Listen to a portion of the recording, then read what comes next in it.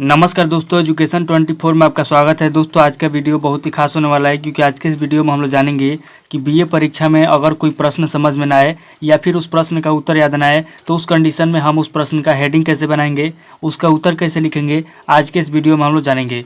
तो आइए देर न करते हुए वीडियो को शुरू करते हैं और जानते हैं। दोस्तों बीए परीक्षा में जब भी आपको कोई प्रश्न समझ में ना आए या फिर उस प्रश्न का उत्तर याद ना आए तो उस कंडीशन में दोस्तों आपको हमेशा दो काम करना है। सबसे पहले तो क्वेश्चन को पढ़ना है और समझना है, उसके बाद क्वेश्चन का खंडन करना है और दूसरे स्टेप में क्वेश्चन का खंडन करने के बाद आपको जिस शब्द के बारे में जानकारी हो उसी को लेकर के विस्तारित करना है, उसी का हेडिंग बनाना है और उसी के ऊपर लेकर के उसका उत्तर लिखना है। तो दोस्तों यहाँ पे हम लोग समझते हैं कि किस तरीके से उसका खंडन करेंगे और किस तरीके से उसका जो है कि विस्तारित करेंगे। तो यहाँ पे दोस्तों आपका क्वेश्चन दिया हुआ है कि कोठरी शिक्षा आयोग का वर्णन कीजिए एवं महत्व बताइए। कोठरी शिक्षा आयोग क्या होता है? अगर आपको कोठरी शिक्षा आयोग के बारे में पता है तो कोठरी शिक्षा आयोग के यहाँ पे उत्तर लिखेंगे, और अगर आपको कोठरी शिक्षा आयोग के बारे में नहीं पता है तो आप क्या करेंगे, क्वेश्चन का खंडन करेंगे। क्योंकि जब भी आपको कोई प्रश्न समझ में ना आए तो उसका खंडन करने के अलावा आपके पास कोई दूसरा ऑप्शन नहीं बचता है। तो यहाँ पे दोस्तों हम लोग क्वेश्चन का खंडन कर लेते हैं। यहाँ पे दोस्तों क्वेश्चन का खंडन कैसे किया जाता है? तो यहाँ पे दोस्तों क्वेश्चन का खंडन करने के लिए आपको क्या करना होता है कि एक एक शब्द को लेकर के देखना होता है कि किस शब्द के बारे में आपको जानकारी है, और जिस शब्द के बारे में आपको जानकारी होता है उसी को लेकर के विस्तारित करके उसका हेडिंग और उसका उत्तर लिखा जाता है। जैसे यहाँ पे दोस्तों आपका देखा जाए तो पहला शब्द है कोठरी। अब दोस्तों यहाँ पे कोठरी आयोग के बारे में पूछा जा रहा है। कोठरी आयोग क्या होता है? अगर आपको कोठरी आयोग के बारे में थोड़ा सा भी पता है तो यहाँ पे लिखिए, और अगर आपको कोठरी आयोग के बारे में नहीं पता है तो यहाँ पे दोस्तों आप आगे बढ़ जाइए। यहाँ पे कह रहा है कि कोठरी शिक्षा आयोग के बारे में वर्णन कीजिए। जबकि आपको कोठरी शिक्षा आयोग के बारे में नहीं पता है तो आपको क्या करना है कि आपको देखना है कि इस क्वेश्चन के अंदर कौन सा ऐसा शब्द है जिसके बारे में आपको थोड़ा सा भी पता है। तो यहाँ पे दोस्तों एक शब्द है शिक्षा। दोस्तों आपको शिक्षा के बारे में थोड़ा सा तो पता हो, क्योंकि आप इतना तो अनपढ़ है नहीं कि शिक्षा के बारे में आपको कुछ भी पता ना हो। तो अगर दोस्तों आपको कोठरी शिक्षा आयोग के बारे में नहीं पता है लेकिन बस आपको शिक्षा के बारे में पता है तो आप शिक्षा को ले लीजिए और शिक्षा को लेकर के इसी को लेकर के विस्तारित कर दीजिए, इसी को लेकर के इसका हेडिंग बनाइए और इसका उत्तर लिखिए। तो यहाँ पे दोस्तों हम लोग क्या करेंगे, जब हमको पता चल गया कि शिक्षा के बारे में हमको थोड़ा सा पता है, हमको कोठरी आयोग के बारे में नहीं पता है और ना ही कोठरी शिक्षा आयोग के बारे में पता है, तो यहाँ पे दोस्तों हम लोग क्या करेंगे, शिक्षा को फोकस करेंगे और बाकी जो हमारा कोठरी है और आयोग है इन सबको भूल जाएंगे। यहाँ पे शिक्षा को लेंगे और शिक्षा का ही हम लोग क्या करेंगे, शिक्षा का वर्णन करेंगे और शिक्षा का ही महत्व लिखेंगे। तो यहाँ पे दोस्तों हम लोग शिक्षा को फोकस कर लेंगे और यहाँ पे पहला पॉइंट देकर के इसका पहला हेडिंग लिखेंगे और यहाँ पे पहला उत्तर यहाँ पे लिखेंगे। दोस्तों यहाँ पे हम लोग लिखेंगे शिक्षा का पहला हेडिंग क्या लिखेंगे, तो मैं आपको हर वीडियो में बताता हूँ कि किसी भी क्वेश्चन का पहला हेडिंग या तो परिचय लिखा जाता है, या तो परिभाषा लिखा जाता है, या तो प्रस्तावना लिखा जाता है, या भूमिका लिखा जाता है। तो यहाँ पे दोस्तों ये शिक्षा शास्त्र का क्वेश्चन है, तो यहाँ पे दोस्तों हम लोग लिखेंगे शिक्षा की परिभाषा, यानी कि शिक्षा की क्या परिभाषा होती है। सबसे पहले दोस्तों हम लोग यहाँ पे शिक्षा की परिभाषा लिखेंगे। यहाँ पे दोस्तों हम लोगों ने शिक्षा की परिभाषा लिख लिया। अब दोस्तों यहाँ पे क्या करेंगे, हम लोग दूसरा पॉइंट देंगे और दूसरा पॉइंट देके दोस्तों यहाँ पे हम लोग लिखेंगे शिक्षा का, यहाँ पे दोस्तों परिभाषा हो गया। अब शिक्षा का उद्देश्य लिखेंगे, यानी कि शिक्षा का उद्देश्य क्या है। दोस्तों देखिए, परीक्षा में अगर आपको कोई प्रश्न समझ में नहीं आ रहा है और इस तरीके से खंडन करने के बाद आपने जिस शब्द को लिया हुआ है उस शब्द को लेकर के आप क्या कीजिए कि अच्छे तरीके से हेडिंग बनाइए। उसके आंसर में आप थोड़ा बहुत गलत भी लिखेंगे या फिर अपने मन से बना के कुछ भी लिखेंगे तो चलेगा, क्योंकि एग्जामिनर के पास इतना समय नहीं होता है कि आपके लिखे हुए शब्द को मिला मिला के चेक करें, नहीं, इतना समय नहीं होता है उसके पास। तो आप क्या कीजिए कि क्वेश्चन के अनुसार आप क्या कीजिए, बना बना के भी लिख रहे हैं तो क्वेश्चन के अनुसार अच्छे तरीके से हेडिंग लिखिए, आंसर में आप थोड़ा गलत भी लिखेंगे तो चलेगा। तो यहाँ पे दोस्तों हम लोगों ने शिक्षा का परिभाषा लिख लिया। अब दोस्तों यहाँ पे हम लोग लिखेंगे शिक्षा का उद्देश्य, यानी कि शिक्षा का क्या उद्देश्य होता है।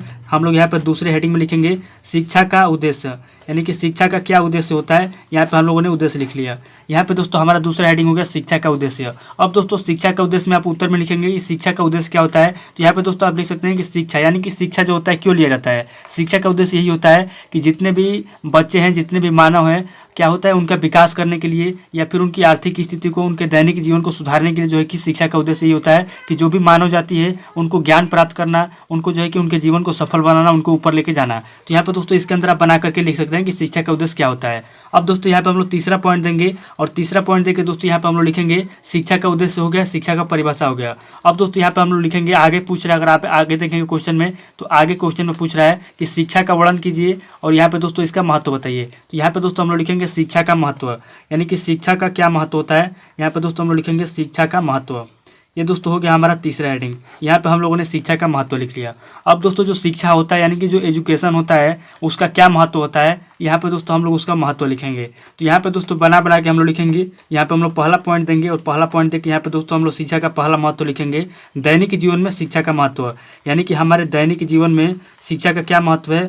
यहाँ पे हम लोग लिखेंगे दैनिक जीवन में दैनिक जीवन में शिक्षा का महत्व, यानी कि जो हमारा दैनिक जीवन है उसमें शिक्षा का क्या महत्व है, हमारे जीवन में शिक्षा का क्या महत्व है, यहाँ पे हम लोग पहले पॉइंट के अंदर लिखेंगे।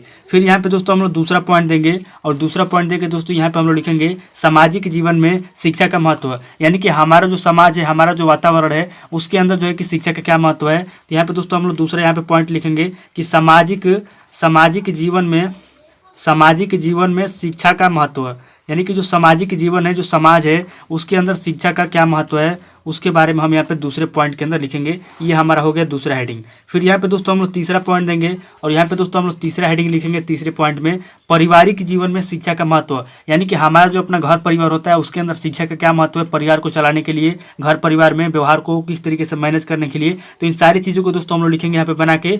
पारिवारिक जीवन में दोस्तों क्या है, पारिवारिक जीवन में शिक्षा का महत्व, यानी कि पारिवारिक जीवन में शिक्षा का क्या महत्व है, यहाँ पे दोस्तों हम लोग बना करके लिखेंगे। तो यहाँ पे दोस्तों हम लोगों का 3 हेडिंग हो गया।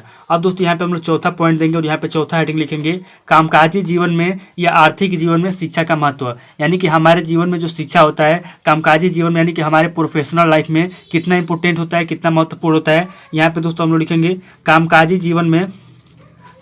जीवन में शिक्षा का महत्व, यानी कि कामकाजी जीवन में शिक्षा का क्या महत्व है। यहाँ पे दोस्तों हम लोग बना करके लिखेंगे कामकाजी जीवन में शिक्षा का क्या महत्व होता है। तो यहाँ पे दोस्तों हम लोगों ने 4 पॉइंट लिख लिया, शिक्षा का महत्व हम लोग लिख लिया। और क्वेश्चन में दोस्तों ये पूछा था कि कोठरी शिक्षा आयोग का वर्णन कीजिए और शिक्षा का महत्व बताइए। चूँकि हमको कोठरी और आयोग के बारे में नहीं पता है तो हम लोग कोठरी शिक्षा आयोग को भूल जाएंगे, हम लोग बस शिक्षा के फोकस करके यहाँ पे लिखेंगे। तो यहाँ पे दोस्तों क्वेश्चन में जो पॉइंट दिया हुआ था उसके अनुसार हम लोगों ने यहाँ पे हेडिंग बना लिया, और इसके अंदर हम लोग यहाँ पे उत्तर लिख लेंगे बना के।